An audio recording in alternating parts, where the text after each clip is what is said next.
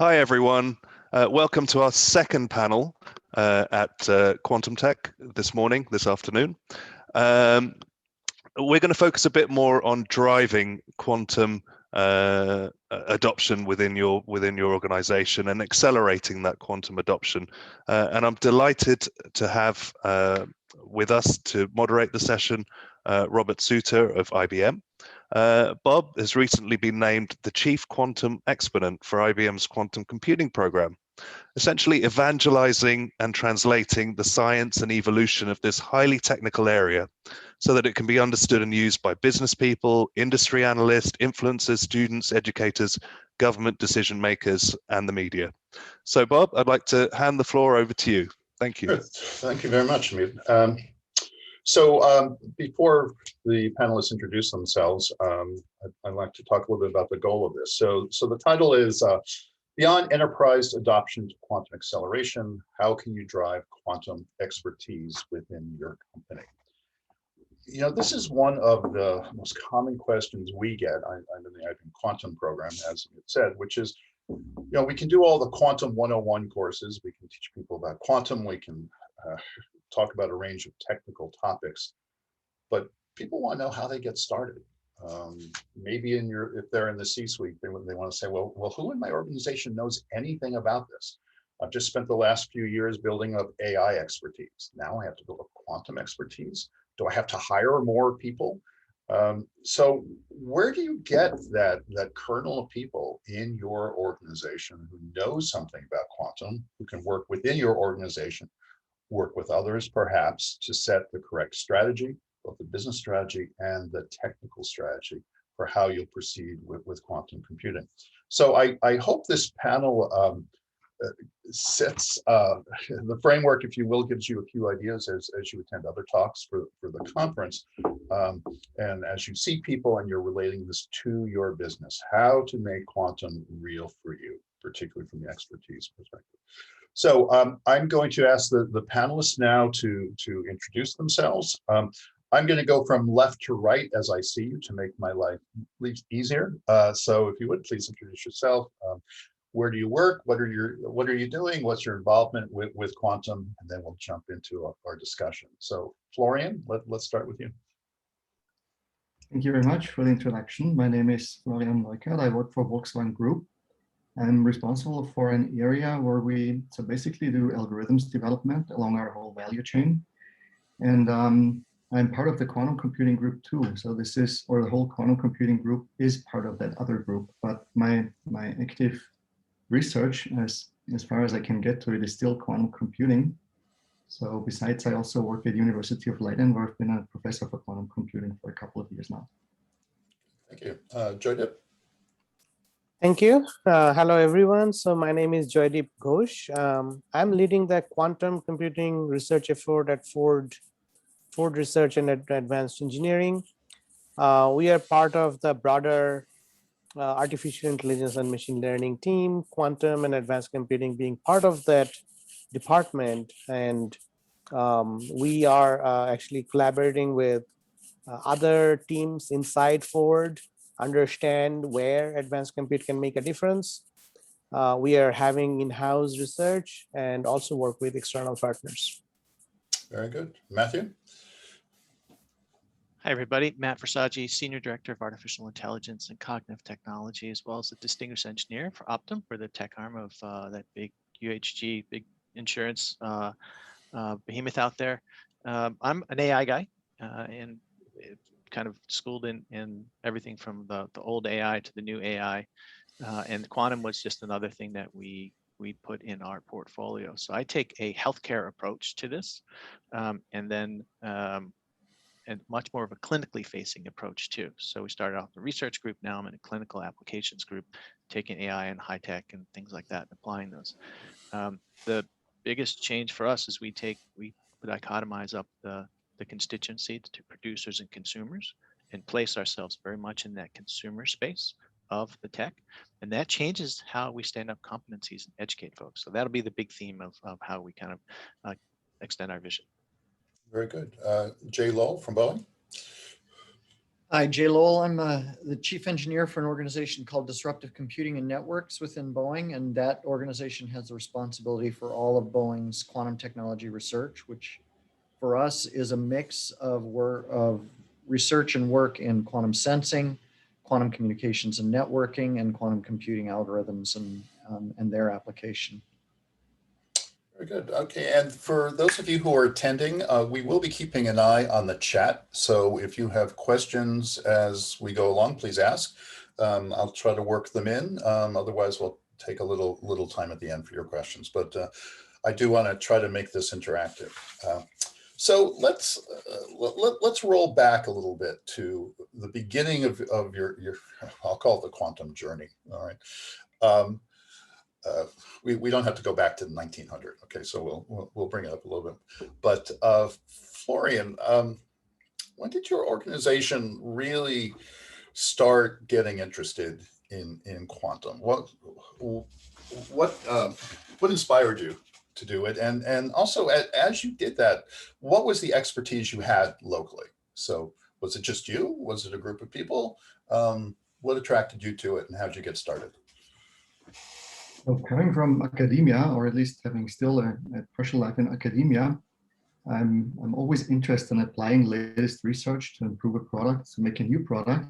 And that's also how it started with quantum computing at Volkswagen. So back in 2015, there was another guy in my department, Christian Seidel, and I were thinking, is now the time to start looking into practical applications, well knowing that we probably won't change the world today, but maybe we can take some of the applications that we are interested in and scale them down, make them smaller, and then try to then run them on existing quantum chips and see if that already has some potential for the future. And we decided we'd start with one very, so it's a complicated project, traffic flow optimization, but we made some assumptions back then and abstractions. So we didn't really solve all the traffic problems in the world in 2015. But we said, if we can show that you can take a quantum chip that's available today, so back in 2015, and run this, so take some real world data of a problem that everyone within Volkswagen Group can relate to, that people in the world can understand, maybe that's the kickoff for a quantum computing group. And that was successful.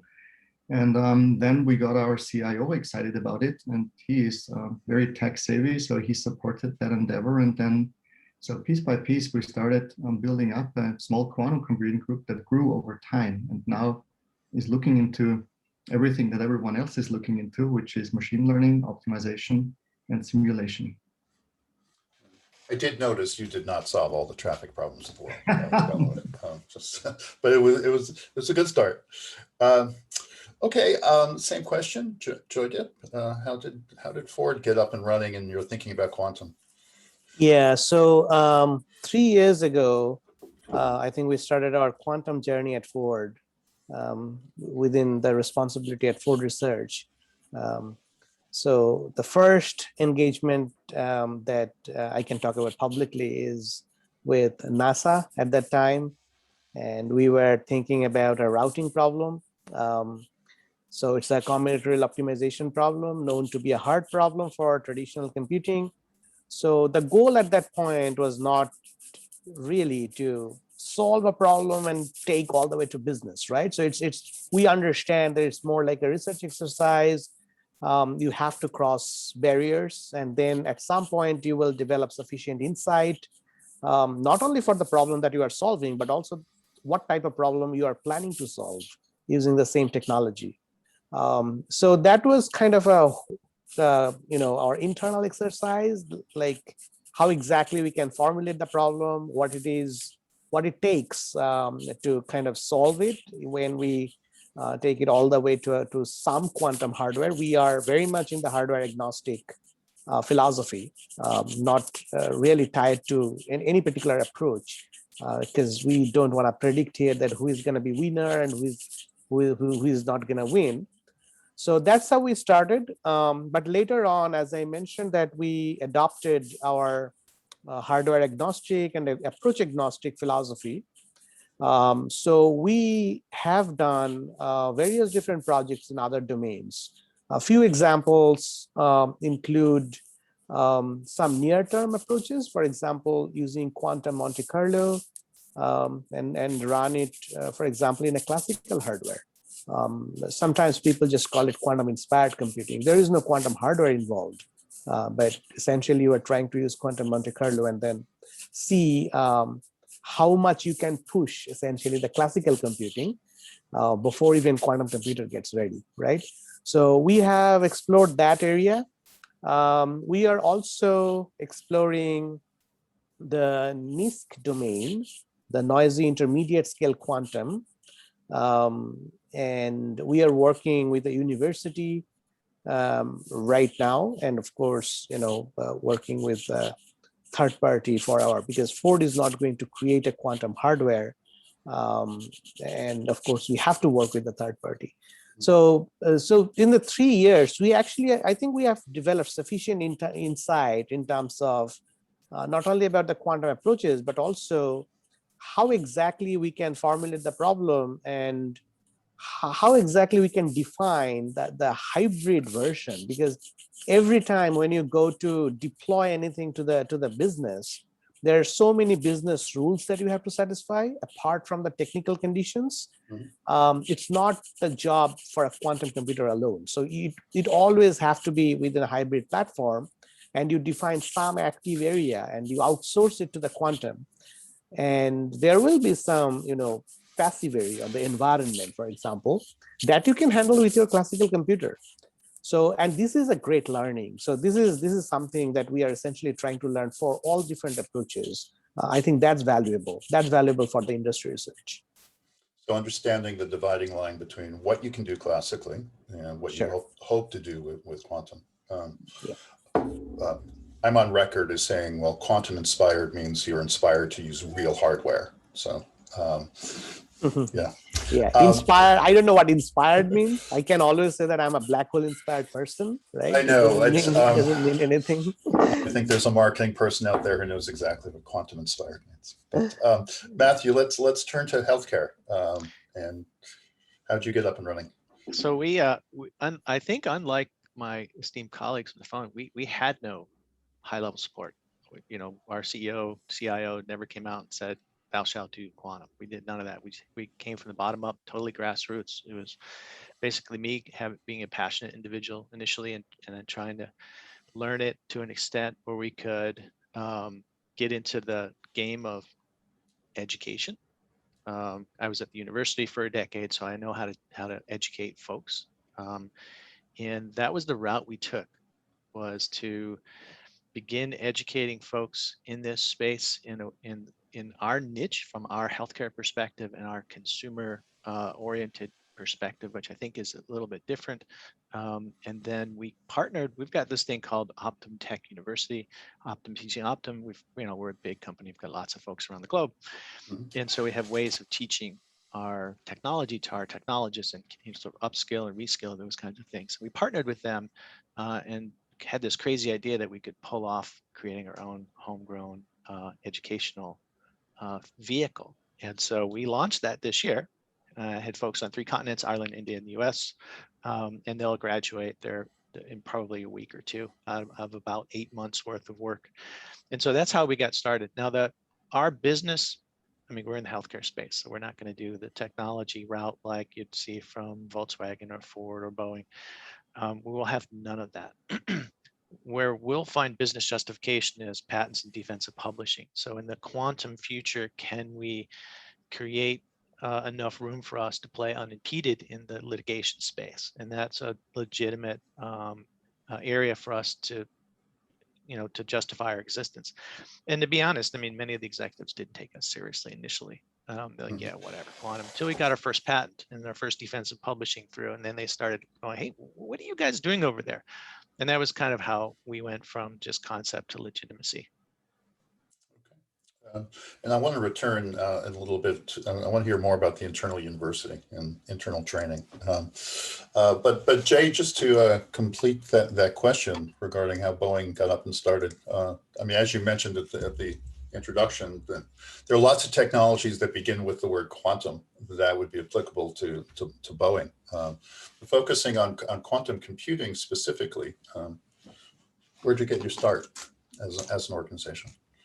Well, actually, so we're an interesting hybrid between these two. We had our CEO came out in 2018 and went to my boss, a senior vice president, and asked him to lead up this organization, Disruptive Computing and Networks, to try to look at those areas of disruptive technology and how they would affect the aerospace industry, how they would affect us in how we build our products, how we deploy our products, how we build our products.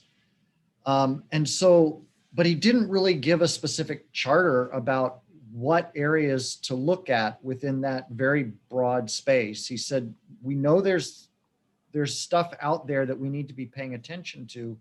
What are those things? My boss decided we were going to focus on a few things. One of those he wanted to look into was quantum technologies, and that's when he brought me on board. And so I took a grassroots approach to figuring out what we could, should, and what we could do and what we should do.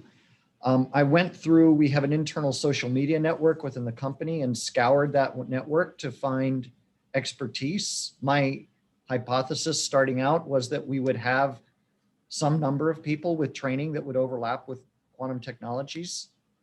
Just by the nature of the broad work that we do, we have people who work on sensors, communications networks, electronic design. We have many different technology segments within the company. And what we saw was a lot of people who'd gotten their initial training in something that was quantum technology related, and then had gone on to work most of their career in some other area, or a portion of their career in some other area.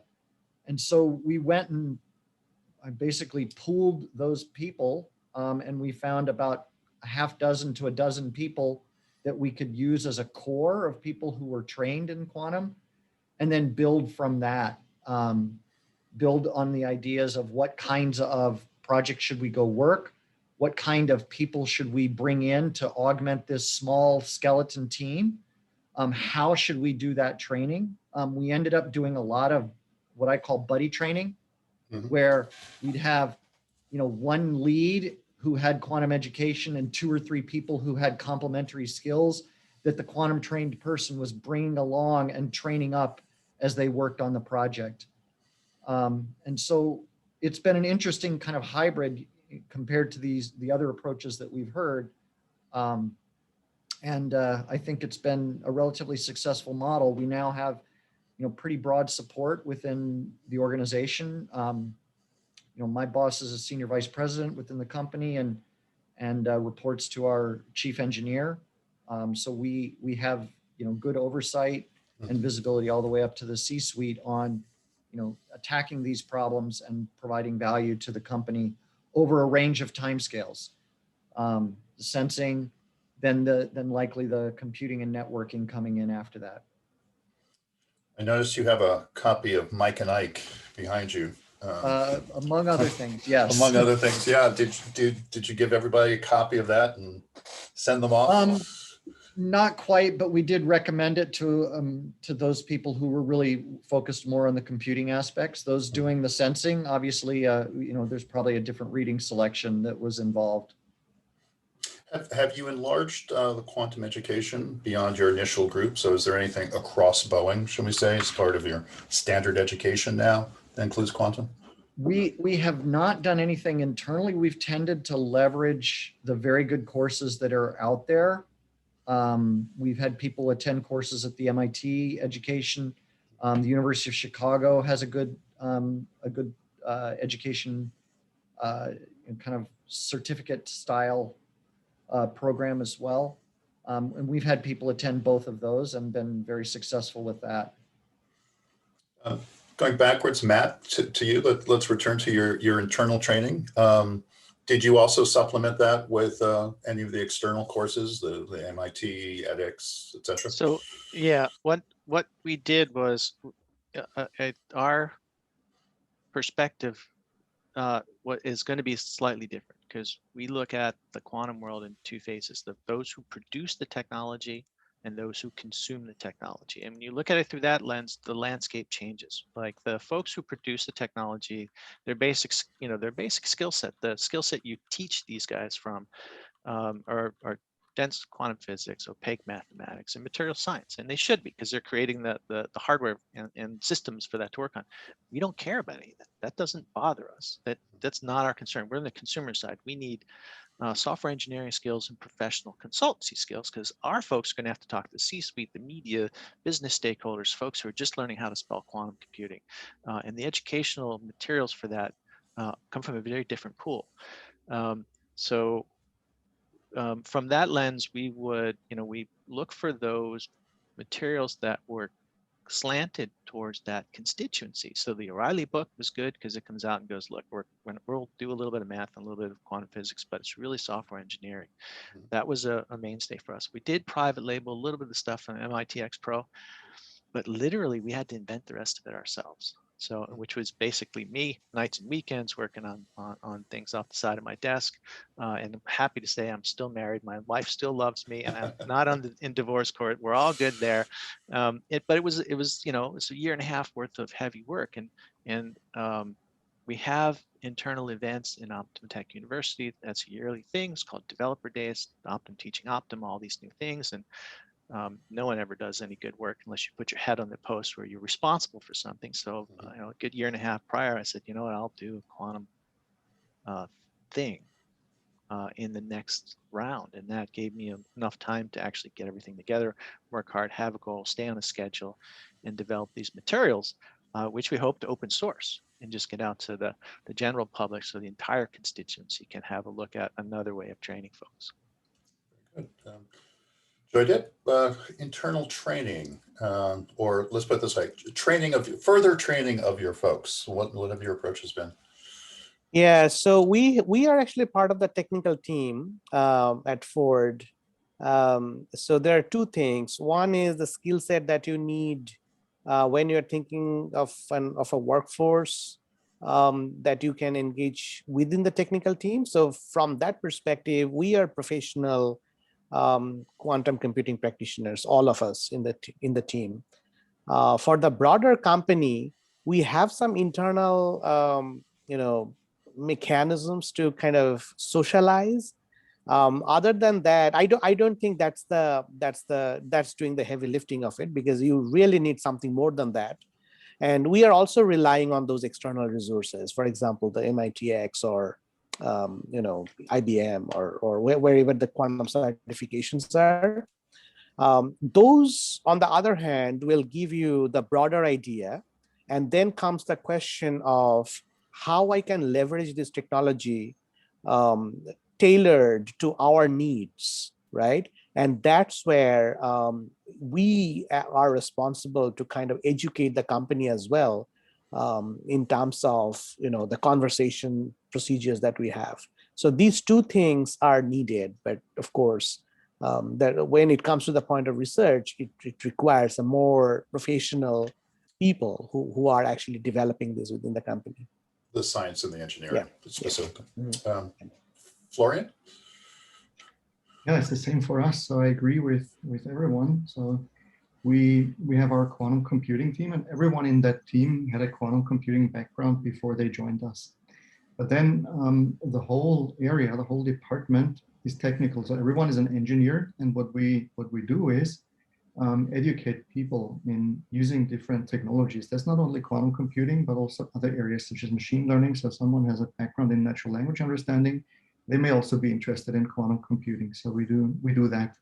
And then for the bigger company, we see ourselves as a sort of seed. So we don't have the single right of use for a technology. So if we bring in a technology and we start working on it, then the idea would always be that we spread the word. And that's what we do with internal seminars, courses.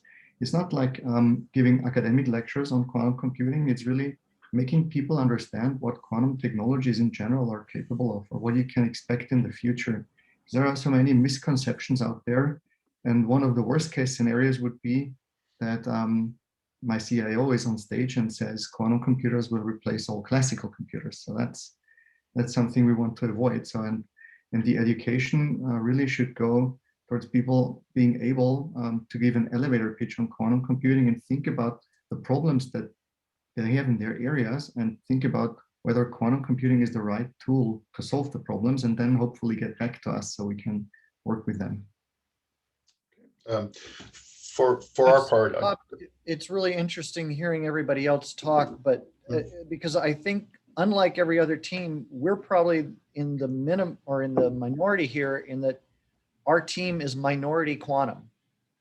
The quantum trained people are by far the minority of every one of the teams that I have deployed to work on various aspects of quantum technology. And I think that's been one of the things that's allowed us to be successful rapidly, is learning that not every skill must be a quantum skill. Even working on, for instance, leading our quantum computing applications team is someone who has not had a formal quantum computing training. They've worked the MIT course, but their background is a futurist. And so they're really much more adept at looking forward and thinking about how to use capabilities. And that gives them a much stronger ability to guide the team and provide guidance to that team as to how to deploy their skills.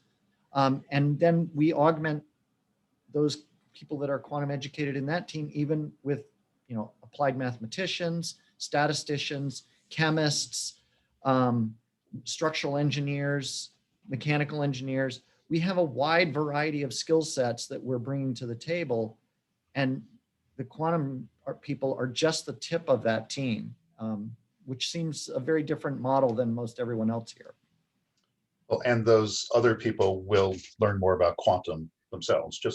They have, in fact, every 1 to a 1 has indicated it, because we've surveyed at the end of the year.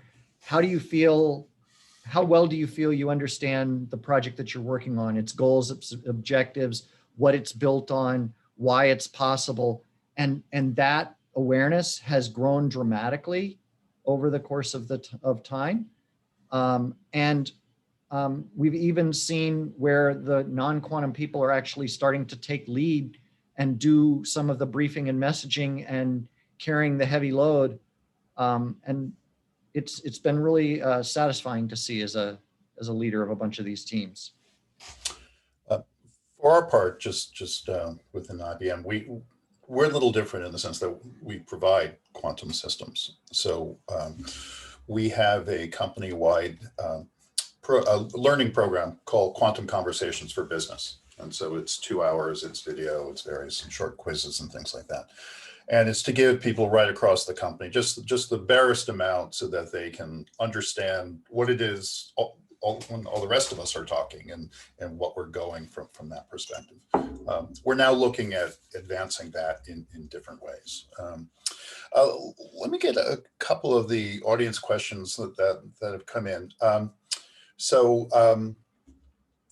One question was, have you seen benefits from the internal training and education for a quantum workforce yet in terms of business applications, or is it still too soon? So let me just say at the top here that typically speaking, quantum computers are not doing better than classical computers yet. We need them to get bigger and more powerful. There are different approaches that are closer or not. But let me make that question a little bit more general so you can answer that specifically. That is how close you feel quantum is to actually doing something positive concretely in the business. How has it changed your approach? Have you changed the direction of maybe what you're doing in business because of quantum? What has surprised you about having a more quantum savvy workforce other than just for quantum itself, right, as the applications you've described? Matt, let me pick on you here. I was secretly sitting back there going, I hope he doesn't call on me. I hope he doesn't call on me. I hope he doesn't call on me. I could tell. It's just written all over my face. So I think we'll be the last ones as an industry to actually do stuff on quantum hardware. It's just, healthcare, it's just kind of the way that is.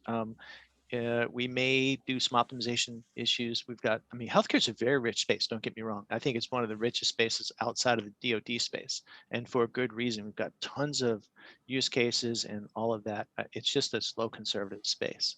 But what we'll see, I think, is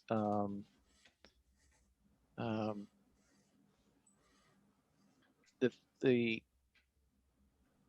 aside from patents and defensive publishing, which is really geared towards allowing us, providing us latitude. You know, the things that will change most with quantum is a event horizon that's going to affect us all. I mean, at some point in time, there'll be a legitimate threat to RSA encryption out there, and it'll be public, and all the sleepy executives out there who can't spell quantum computing yet will be awoken to it, because this can be a blunt traumatic event that happens to you. It's not going to be something that you go out and sort of chase because it's a wonderful opportunity out there that could be exploited for immense capital gains. It's going to be something that happens to global commerce out there. When that happens, there'll be a global awareness, and our, you know, what we're doing is trying to preemptively prepare ourselves for that. That doesn't mean we actually have to go out and solve problems. You know, patents, defensive publishing will do it, but developing the code bases, developing the people out there who have these capabilities in that consumer facing, with that consumer facing lens in the healthcare space, that we begin to identify, and we have. I mean, we've had ideation sessions about quantum throughout the entire spectrum of RX claims, you know, R&D, you know, drug discovery, genetics, genomics, those kinds of things, to develop the awareness and competencies and resources internally, just all the hard under the covers work that needs to be done, so that at some point in time when that event horizon hits, you can be most prepared that you can be. Now, if you're a Boeing or Ford or Volkswagen, you've got lots of cool hardware and all that kind of neat stuff, those kinds of problems that you can work on that we won't see just yet. So we're going to, in short, we're doing everything we can up until the point where we can't do anymore, en route to preparing for that eventual event horizon. Okay. Let me shift directions a little bit here. So to varying degrees, you've talked about the buy-in from, let's say, your more senior management or executives. Are there specific metrics? So what does success look like? Is it a metric? Is it a result? How will your funding keep flowing? So this is a general audience question. So here I do want to put you maybe thinking even beyond your own organization and speculate a little bit for others, how they can show that their investments in training, early explorations in quantum are actually doing some good that will eventually lead to something. So Joydip, I want to start with you on that. So for what Ford is doing, but also give advice to other enterprises, please. So quantum hardware is not ready yet to tackle the industry scale problems. We know that, right? Mm-hmm. So this is therefore this is really a pertinent question, that how are you going to define success that you mentioned? Well, the way we view it is we have a roadmap in general in the quantum community, and through that roadmap, we have some visibility that how the hardware is advancing to a certain goal. The question is, quantum computer is not a computer where you just plug in your problem and you get the solution out when the hardware is ready, right? You have a learning curve. Mm-hmm. So you have to prepare your problem. There's a cultural thing that you have to probably develop within the company, right? Because oftentimes there are so many business processes that are done in a big organization, you don't even know where the opportunities are, because the people who are really involved, who are very technical, involved in those specific processes, they have a huge bandwidth for that specific problem, but they are not aware of what quantum computing can offer, or what other similar technology can offer. So the question is, if we cannot really kind of spread it out to those levels so that everyone really understand what the capability is in this technology, and think out of the box within the company in order to understand how that technology will change the way I am responsible for my business operations. So that is very much needed, right? And this is not an easy path, but coming back to the question of success, this is exactly what gets the most importance, right? Because when we do a project, we always assume that there will be a roadmap and the hardware vendors will follow that roadmap and quantum hardware will go to the right path. Question is, we are not responsible for the hardware. We are the users of those hardware. Question is, how much ready are we, or what decision are we making today in order to prepare ourselves when the hardware gets matured, right? And that is actually defining our success criteria. So oftentimes our success criteria does not indicate that the problem that we are solving, how ready that problem is in order to take it to business in few years. Rather, we are kind of viewing it, how well prepared are we in order to find use cases, convert those use cases to a very concrete problem statement, converting that problem statement to the right format so that they are amenable to a specific quantum hardware, and also make a decision that what sort of problem is more amenable to one particular quantum approach versus another. So these are the criteria that we think when we think about success at Ford. At what level do you have to review your quantum work? Here, by the way, I'm blurring a little bit. In the sense that you're not doing quantum for quantum's sake. You're doing quantum for to help solve certain problems within your organizations. I understand that. So I'm not asking, did all your employees get 100% on the test about quantum computing? Right? I'm asking very precisely, has it helped your business? How high up do you have to go to kind of justify? Jay, you're very close to the top of the company. You talked about the chief engineer and so forth. What's the level of review? Joydip, just staying with you for a moment. Is it your immediate management? Does it go much higher than that? No, so I think the way it works at Ford Research is our CTO is a big champion for this forward-looking technology, and it's under his leadership. I think Ford RNA is Ford IT is a different organization, and they are looking at the software development kits and developing their internal workforce, preparing their internal workforce and knowledge transfer and things like that. But Ford RNA's responsibility is more towards understanding the core areas of quantum computing and how we can leverage that. And that is coming directly from our CTO. So we are kind of, almost directly supervised. Our department is kind of almost directly supervised by our CTO.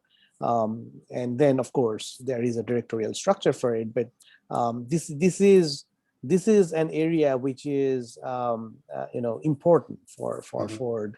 So it is coming from more from the top down. But at the same time, this is our responsibility as well to educate the company even from bottom up, right? So that is important at the same time.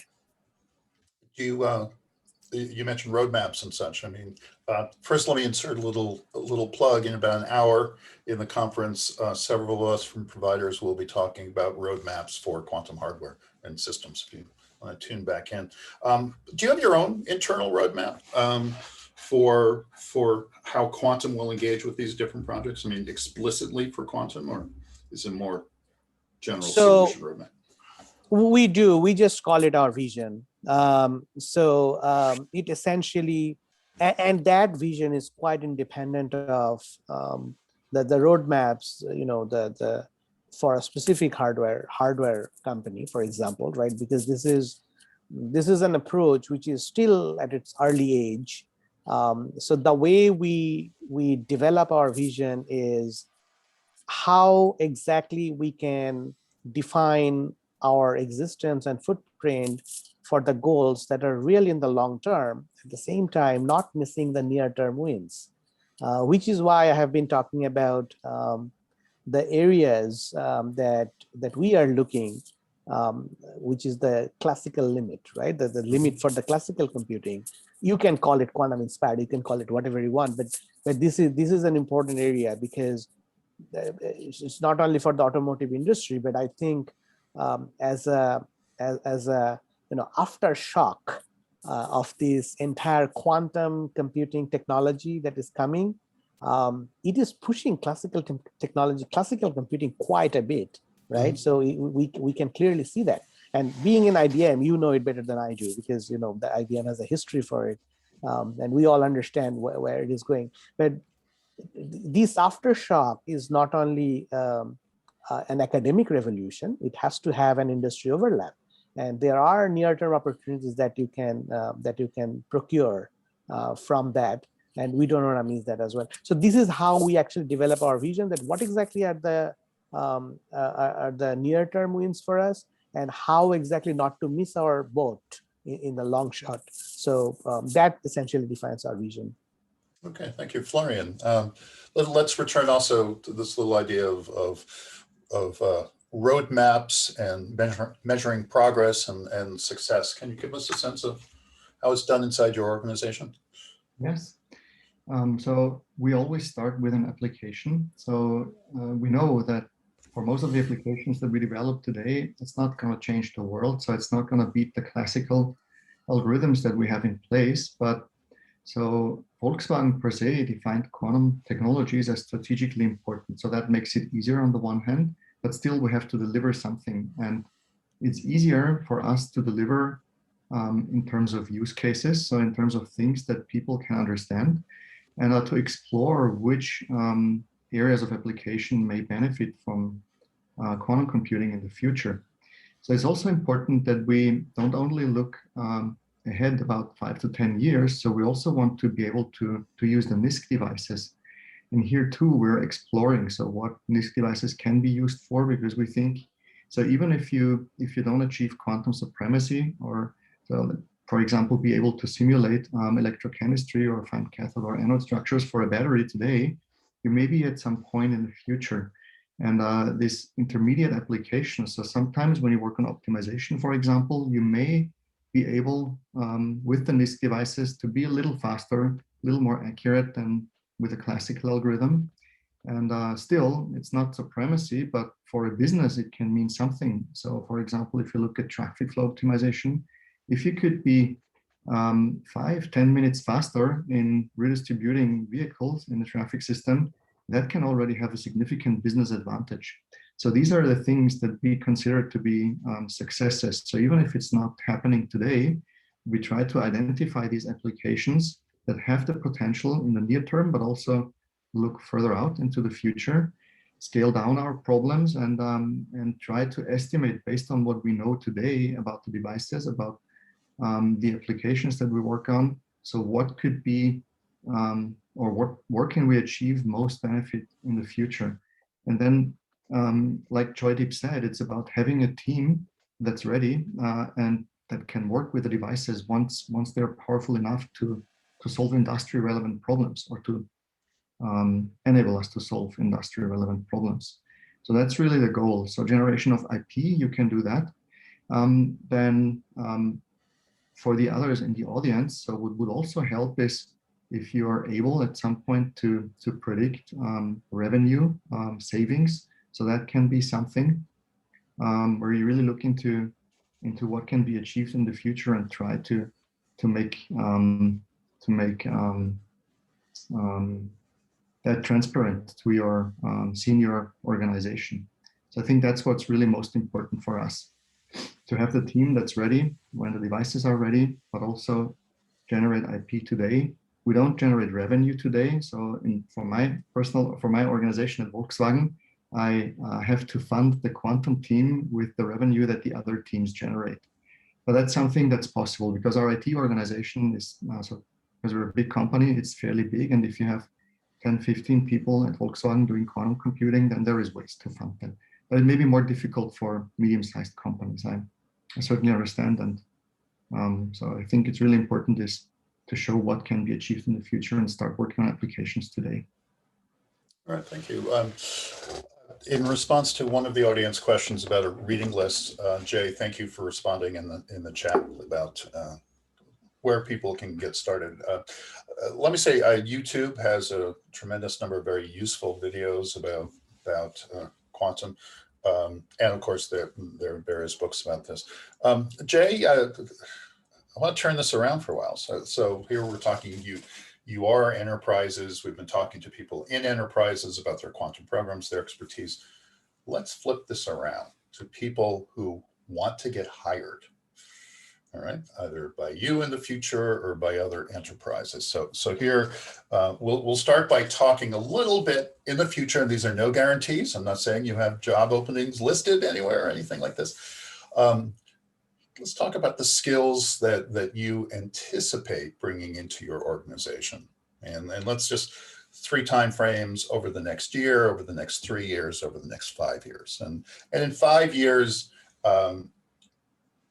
let's assume quantum computers are starting to do things better than just classical computers by themselves, somehow, some way. So let's talk about this. Let's talk about the mix, what you'll be looking for, short, medium, longer term.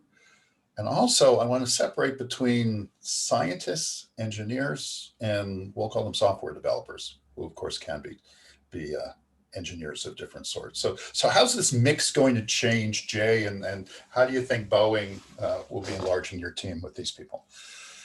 So our chief engineer, Greg Heislip, likes to talk about what he calls the pie-shaped engineer. And I think it's a very good analogy for the kind of person we're trying to look at. So if you think of the skills as the legs of that pie, that the letter pi, it used to be in a career, it was good enough to be deep in one area. And with that depth, you could build up to some point where eventually you broadened out from, use that depth as a means to broaden out into other adjacencies. We're really looking for people who kind of have 2 areas of depth. And so I would say those people who are in the quantum domain, it's not enough to be an expert in quantum. Realistically, in our organization, you need to be an expert in quantum and an expert in something else, whether that something is what that quantum technology will be applied towards. For instance, our people who are quantum physicists have had to learn chemistry, or have had to learn structural engineering, or have had to learn electrical engineering, because it's not enough to do one thing anymore. In this kind of technology development, there is so much interplay between different areas and domains of expertise. We're really looking for people who have kind of a leg in 2 or more of these and a bridge that allows them to span and walk and move amongst those with relative ease. So my focus in hiring is looking for people who have demonstrated skills in 1 or 2 particular areas, quantum technologies, and either electrical or system or mechanical or structural engineering disciplines, and have demonstrated the ability to rapidly take on new challenges. And with that, I'm confident that whichever way we point them, they're going to be able to take that skill base and use what they bring to the table along with the knowledge and expertise of the rest of the team and become an accelerant for that team, as opposed to an anchor that the team has to drag forward. Okay, thank you. Matt, over to you. So, I mean, we're just not going to hire quantum people from the outside. We never will. That's just the nature of our business. But what we will do is we'll develop from the inside. And healthcare is a very deep and broad and rich space. So we've got all kinds of spaces that quantum can play in. And I think that's kind of the long and short of it. What I would echo from Jay is that in the healthcare domain, I mean, even if it's an AI, right, you have the same problem. You have sharp technical skills you develop in academia and from experience, and that is exactly 1/2 your education. The other half of your education is domain-specific area. You will apply those skills. And when we go from clinical to any other space, or from any other space to clinical or legal or claims or any of those things, those are entirely different domains that are deep and rich, that have their own steep learning curve. And so what we have found is it's sometimes easier to take someone with deep domain experience and then train them in quantum, or train them in AI, or train them in something else. Because if you look at the efficiency of learning in both those spaces, the harder thing to learn is the domain experience. If you're a clinically facing medical practitioner, that's a deeper pocket to learn that's harder than AI, than machine learning, than data science or quantum initially to an extent.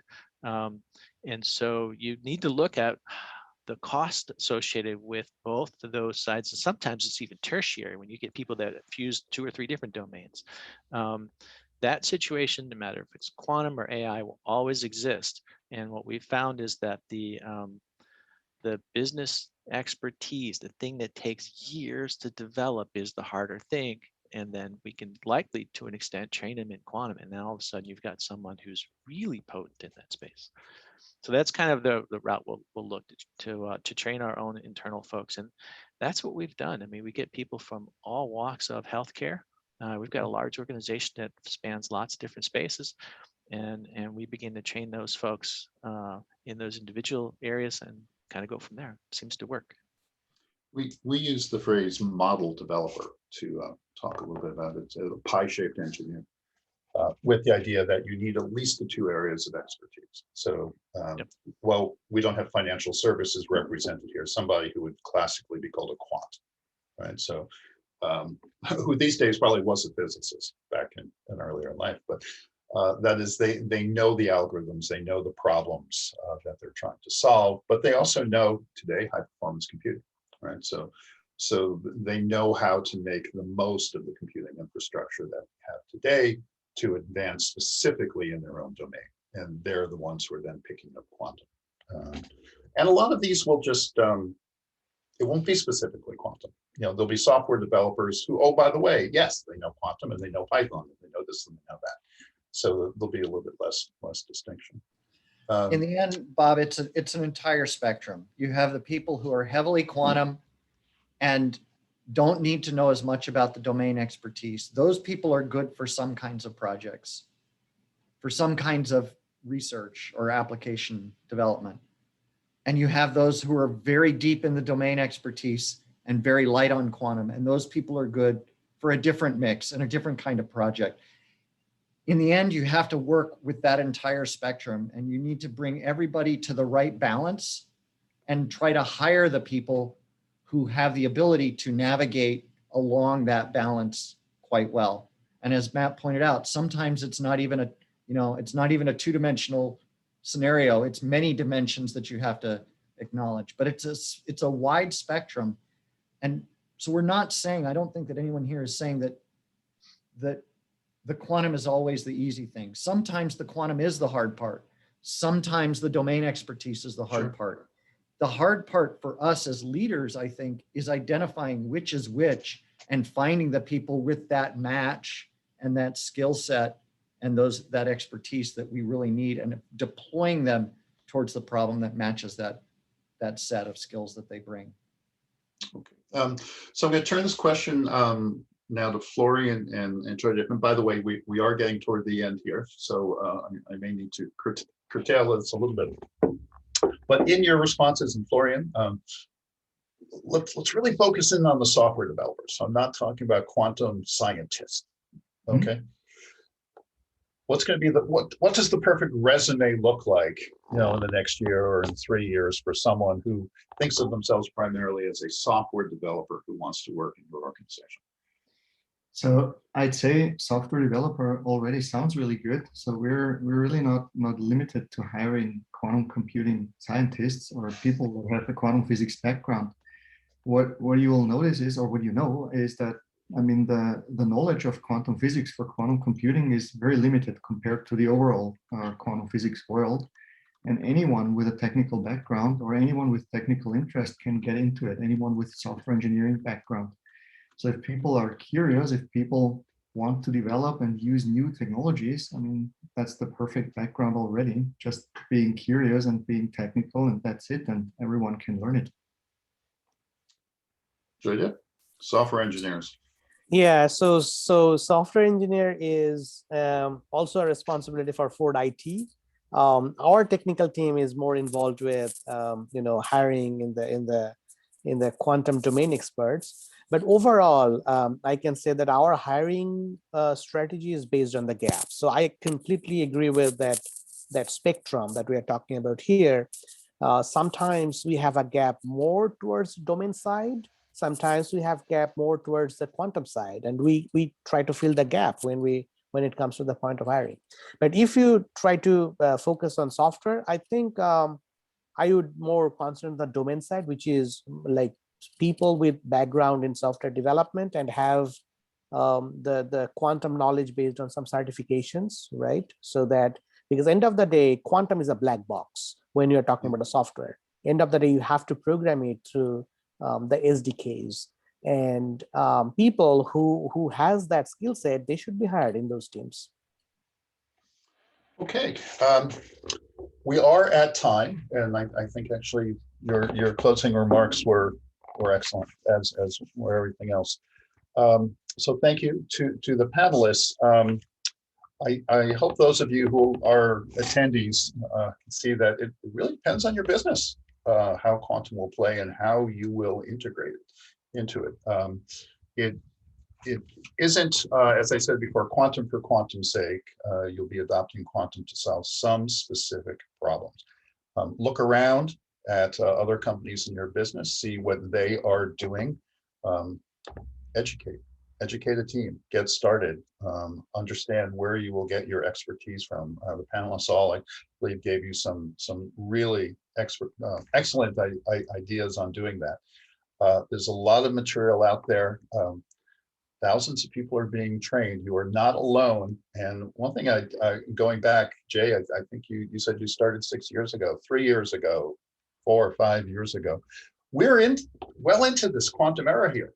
We're not on day 2. We're still learning. Yes, the machines are getting more powerful, but there's a lot of information that's out there to start your quantum journey. So with that, gentlemen, thank you very much for joining us, and to the attendees, enjoy the rest of the conference. Thank you very much. Thanks, everyone. Thank you.